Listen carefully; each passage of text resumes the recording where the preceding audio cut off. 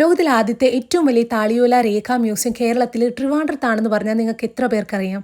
1887 വരെ ട്രാവൻകൂർ ജയിലായിരുന്ന ഈ ഒരു കെട്ടിടം പിന്നീട് പൂജപ്പുര സെൻട്രൽ ജയിൽ വന്നപ്പോഴത്തേക്ക് തടവുകാരെ അങ്ങോട്ട് മാറ്റുകയും ഇതൊരു രേഖാ കെട്ടിടമായി മാറുകയും ചെയ്തു. ശേഷം 2022 തൊട്ടിട്ടാണ് ഇതൊരു മ്യൂസിയമായിട്ട് പ്രവർത്തിക്കാൻ തുടങ്ങിയത്. ടോട്ടലി 8 ഗാലറിയാണ് ഇവിടെ വരുന്നത്. 1 കോടിയിലധികം വരുന്ന രേഖകൾ ഈ കെട്ടിടത്തിന്റെ മുകളിൽ സൂക്ഷിച്ചിട്ടുണ്ടെന്ന് പറഞ്ഞു കഴിഞ്ഞാൽ വിശ്വാസം വരുമോ? പക്ഷെ അവിടേക്ക് ഗവേഷകർക്കും ചരിത്രകാർക്കും എഴുത്തുകാർക്കും മാത്രമാണ് പ്രവേശനം. ഇന്ന് വിദ്യാഭ്യാസം, ആരോഗ്യം, ഭരണ സംവിധാനം, ലോയ, യുദ്ധം തുടങ്ങി എല്ലാം എഴുതപ്പെടാനും റെക്കോർഡ് ചെയ്യാനും ഒരുപാട് സംവിധാനങ്ങൾ ഉണ്ടല്ലേ. ഇന്ന് നമ്മൾ മലയാളം, തമിഴ്, തെലുങ്ക് എന്നൊക്കെ പറയുന്ന പോലെ പ്രാചീന മലയാള ഭാഷകളായിരുന്നു വട്ടെഴുത്ത്, കോലെഴുത്ത്, മലയാളമൊക്കെ. ഇന്നത്തെ മലയാളത്തിന് പകരം ഈ ലിപികളൊക്കെ അന്ന് കോപ്പർ പ്ലേറ്റിലും മുളയിലും കല്ലിലും ഇരുമ്പിലും ചെമ്പിലും പനയോലയിലും ഒക്കെ ആയിരുന്നു എഴുതിയിരുന്നത്. ഇങ്ങനെയുള്ള കുറേയധികം പനയോലകൾ കെട്ടിയുണ്ടാക്കിയിരിക്കുന്നതാണ് ഒരു ചുരുണ. ഇന്നും ഇത് മിക്കതും ട്രാൻസ്ലേറ്റ് പോലും ചെയ്ത് തീർന്നിട്ടില്ല. അതായത് നമ്മൾ അറിഞ്ഞിരിക്കുന്ന കേരളത്തിന്റെ ചരിത്രത്തിനേക്കാൾ ഒരുപാടധികം കാര്യങ്ങൾ ഇന്നും ഈ പനയോലകളിൽ മറിഞ്ഞിരിപ്പുണ്ട്. ഈ കാണുന്നതൊക്കെയാണ് ചുരുണ കേസസും ചുരുണ ബോക്സും. ഇതിലൊക്കെയായിരുന്നു ചുരുണകൾ സൂക്ഷിച്ചു വെച്ചിരുന്നത്. ഇതൊക്കെ അന്ന് ഉപയോഗിച്ചിരുന്ന മെറ്റൽ സീലുകളും പഞ്ചിങ് മെഷീനും എഴുതാൻ യൂസ് ചെയ്തിരുന്ന